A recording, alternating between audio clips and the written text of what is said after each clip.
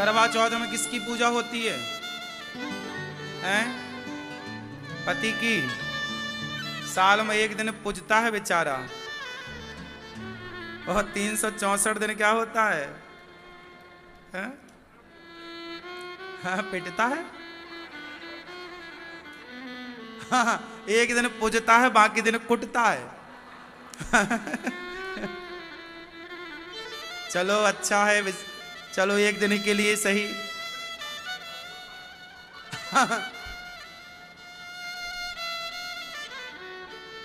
अच्छा है। वैसे करवा चौथ ना बहुत अच्छा है। करवा चौथ आता है तो बहुत कुछ सिखाता है। करवा चौथ क्या सिखाता है? अच्छा बताओ, करवा चौथ क्या सिखाता है? भैया जी बताओ, करवा चौथ क्या सिखाता है? करवा चौथ सिखाता है नारी का समर्पण। स्त्री और सन्यासी। हमारे देश में एक परंपरा है, सन्यास परंपरा। सन्यास, जब कोई व्यक्ति सन्यास लेता है तो वो सन्यासी अपनी माँ, अपना पिता, अपना परिवार, अपना नाम, अपना गोत्र त्यागता है। तब जाके वो क्या बनता है? सन्यासी।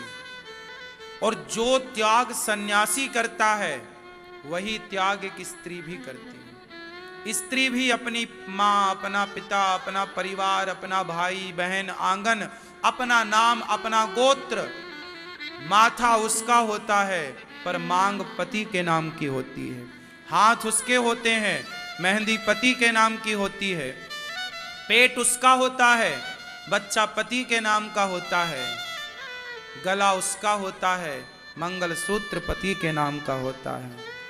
नारी का श्रृंगार पति के लिए होता है। नारी पति के साथ महलों में भी रहती है और पति के साथ घास की कुटिया में भी रहती है। नारी ये नहीं देखती कि मेरे पति के पास धन कितना है। नारी बस अपने पति का प्रेम चाहती है, और प्रेम है तो पेड़ की छांव में, घास की कुटिया में भी जीवन बहुत प्रसन्नता से गुजारा जा सकता है। और प्रेम नहीं है, पैसा है, तो महलों में भी वो महल काटने को दौड़ते हैं जहां प्रेम ना हो। रिश्तों में समर्पण चाहिए, प्रेम चाहिए, तब रिश्ते बेहतर होते हैं। और समर्पण की प्रतिमूर्ति कौन है? आज हम आपसे कहें कि समर्पण की चलती फिरती मूर्ति का नाम बताओ, तो पत्नी है। जितना समर्पण एक स्त्री करती है, सोचिए कौन है जो अपना गोत्र छोड़ दे, अपनी जात छोड़ दे, अपना नाम छोड़ दे। इस सारे रिश्ते, सारे संबंधों में केवल पत्नी का संबंध ऐसा है जो नाम गोत्र छोड़कर आपके नाम गोत्र से जानी जाती है। इतने सारे रिश्तेदार हैं आपके, लेकिन उन सारे रिश्तेदारों में एक रिश्ता है पत्नी का, जो आपके लिए है, सिर्फ आपके लिए। इसलिए हर पुरुष को अपनी स्त्री का, अपनी नारी का सम्मान करना चाहिए। करवा चौथ में आपने बहुत कुछ देखा होगा। बेचारी दिन भर व्रत रखती है पति की लंबी आयु के लिए। मैं जल्दी मर जाऊं, मेरे पति की आयु। भारत की स्त्री चाहती है कि मेरी उम्र से ज्यादा उम्र मेरे पति की हो, मैं जब मरूं तो सुहागन मरूं। ये भारत की स्त्री वरदान मांगती है। एक भारत की स्त्री ही अपने से अधिक आयु पति की चाहती है, और पति की लंबी आयु के लिए वो नाना प्रकार के व्रत करती है। और उन्हीं व्रतों में एक व्रत होता है करवा चौथ का। करवा चौथ के दिन वो चलनी उठाती है, और चलनी का जो पीछे का हिस्सा है वो पति की ओर होता है, चलनी का जो आगे का हिस्सा है वो पत्नी की ओर होता है। आगे का हिस्सा मतलब चलनी का ऊपरी हिस्सा, जिस हिस्से में आप आटा चालती हो ना तो कचरा बच जाता है, ऊपर के हिस्से में कचरा रह जाता है, नीचे के हिस्से से सारा आटा निकल जाता है। तो जिस हिस्से पर चलनी कचरा बचा के रखती है वो हिस्सा नारी अपनी ओर करती है, चलनी उस हिस्से का मुंह अपनी ओर होता है। मानो नारी ये कहती है कि हमारे और आपके रिश्ते में कोई आँच आई, कोई संकट आया, कोई दुख आया तो वो सारा दुख दर्द पीड़ा मेरी तरफ आ जाए, आपकी तरफ केवल सुख चैन आनंद जाए। जैसे साफ आटा को वो नीचे गिरा देती है और कचरा को अपनी ओर अपनी भीतर बचा लेती है, चलनी का यही तो स्वभाव है। उसी तरह नारी कहती है कि मेरे पति पर आने वाला कोई भी संकट, हे विधाता वो मेरी तरफ आ जाए, मेरे पति की तरफ कोई आँच ना आए, कोई संकट ना आए। ये चलनी का आशय है, इसलिए नारियां चलनी से अपने पति का मुंह देखती हैं। चलनी का अर्थ है कि मैं आपके जीवन में आने वाले संकट को पहले मैं लूंगी, फिर बचा हुआ आखिरी में, छना हुआ आपकी तरफ, और संकट मेरी ओर, दुख मेरी ओर, सुख आपकी ओर। उसमें एक दीपक भी रखती है चलनी में। दीपक रखने का आशय है कि स्वामी, एक पत्नी कहती है अपने पति से, हे प्राणनाथ, मैं अपना सब कुछ तज कर आई और आपने भी हर समय मेरा साथ दिया। हे प्राण प्रिय, जैसे ये दीपक का प्रकाश चारों ओर फैल रहा है, नारी चाहती है कि मेरे पति की कीर्ति का, यश का प्रकाश भी इस दीपक की तरह चारों ओर फैले। और याद रखिएगा, जब वो चलनी पर दीपक रखती है तो दीपक के तले जो अंधेरा होता है वो पत्नी की ओर होता है, और चलनी से छन करके प्रकाश नारी की तरफ जाता है। भाई दीपक जब रखेंगे चलनी पर तो उस पर अंधेरा तो पत्नी की तरफ आ गया ना, दीपक के तले अंधेरा।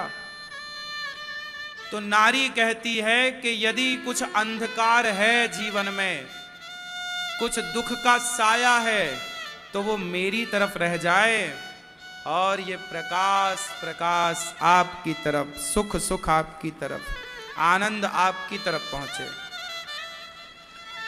जैसे दीपक में दो चीजें होती हैं, मूलतः होती तो दीपक सहित चार चीजें होती हैं। पहला तो होता है दिया, दूसरा होती है बाती, तीसरा होता है तेल, और चौथी होती है अग्नि, आग जो जल रही है, जो ज्योति है।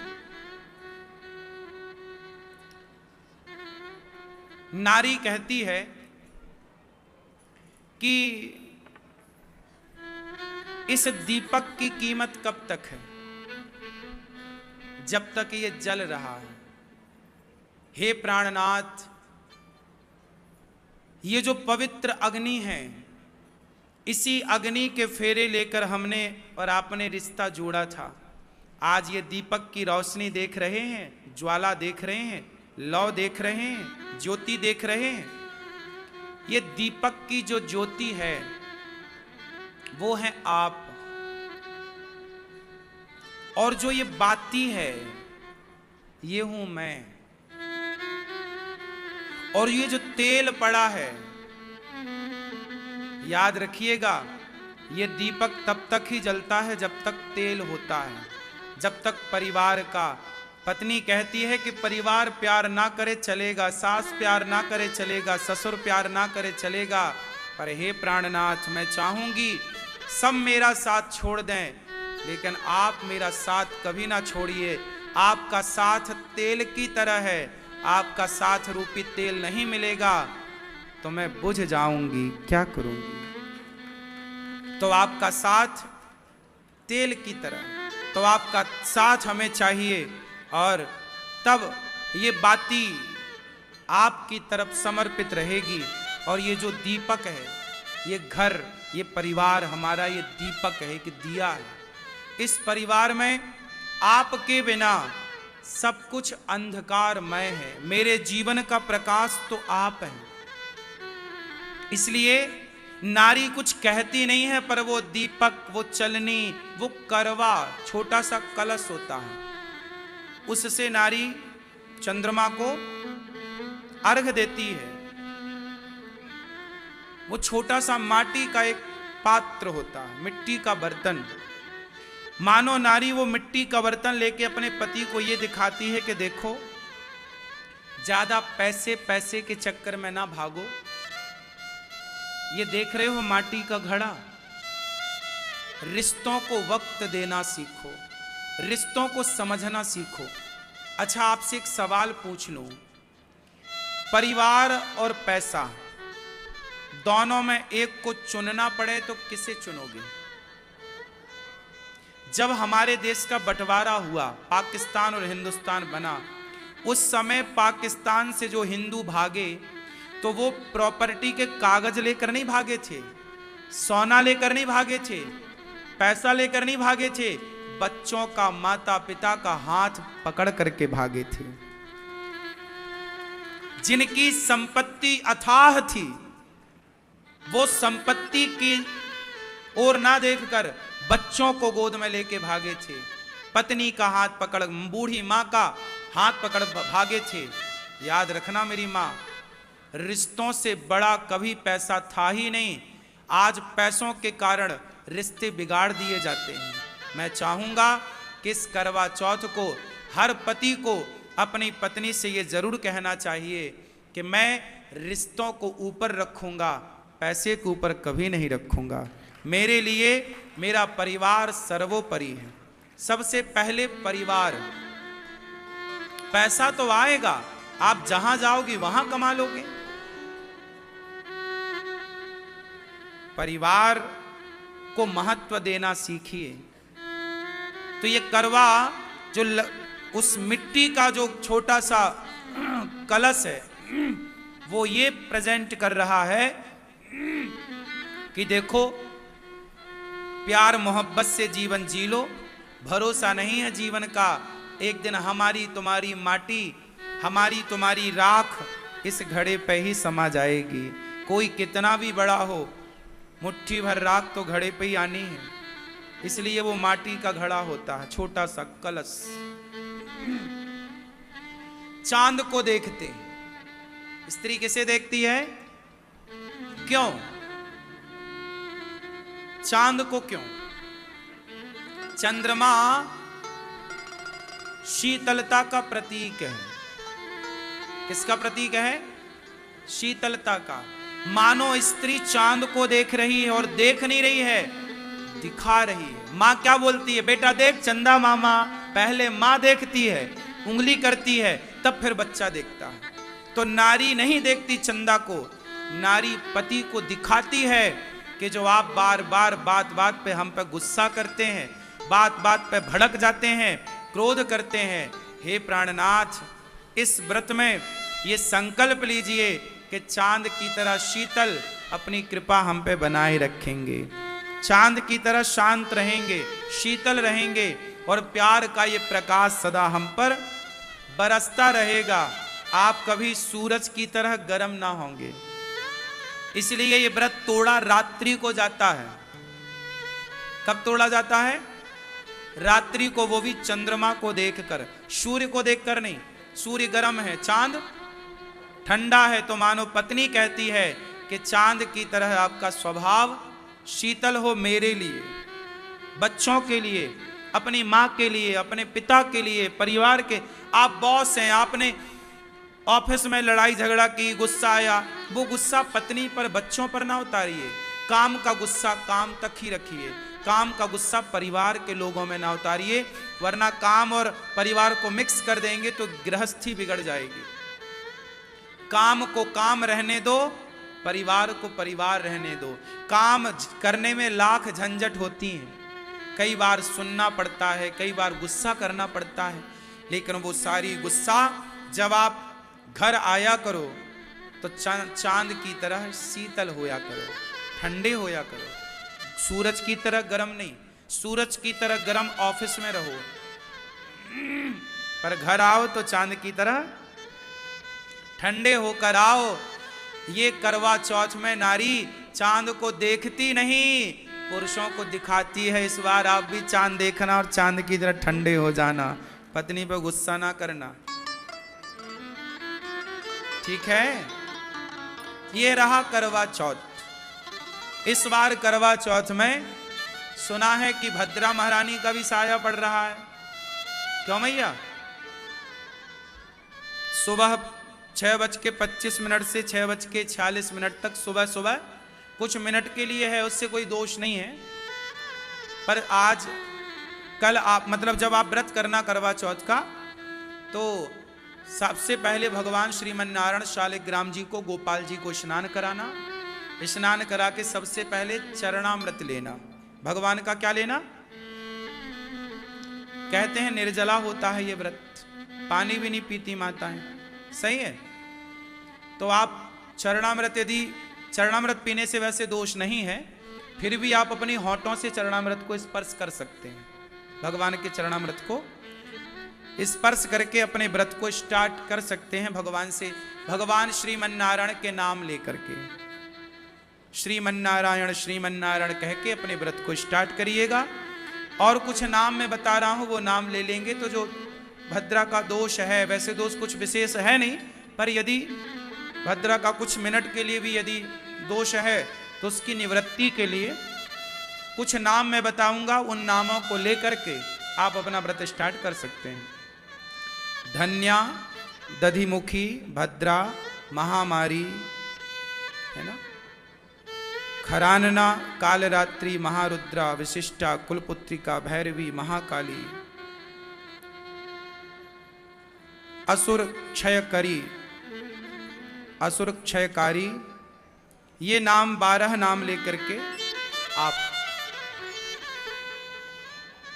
व्रत को स्टार्ट करें। कहते हैं कि पति पत्नी दोनों कच्चे दूध में थोड़ी सी हल्दी मिलाकर, भगवान शिव का कहीं मंदिर हो आसपास, तो दोनों जन पकड़ करके लोटा और कच्चा दूध में हल्दी मिला करके दोनों शिव जी को दूध का अभिषेक करके हल्दी वाले दूध से, और फिर आप व्रत को स्टार्ट करेंगे तो आपकी गृहस्थी बहुत अच्छी होगी।